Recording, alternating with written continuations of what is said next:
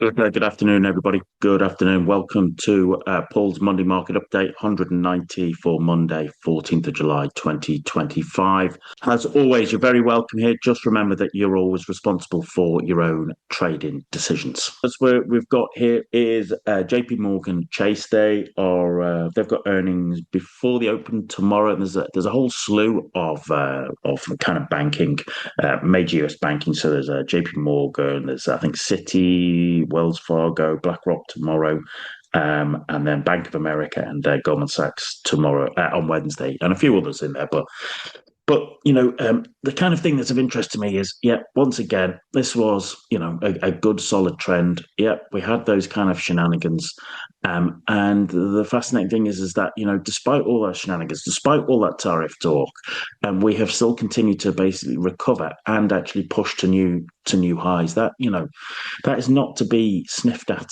All right, that is not to be sniffed at. People might go on about the end of the American economy, etc., and what have you, but so long as stocks and big stocks like these are keep heading to new all-time highs, as I said, you wouldn't want to be fighting it. Okay, once again, it has pulled away from its averages, from that 20-period moving average a good bit. Okay, so I will be interested to see whether the earnings for both JPM, but all of those kind of XLF boys, all right, the banking guys, how they're doing. Because if we are to continue, well, you need banks to be doing well to make sure that it is a continuing trend. So yeah, as I said, there'll be a lot of them out this week, and they will have an impact not only on the finance sector but the overall markets in terms of people looking at the confidence and sentiment they might have in banks and how they're displaying that.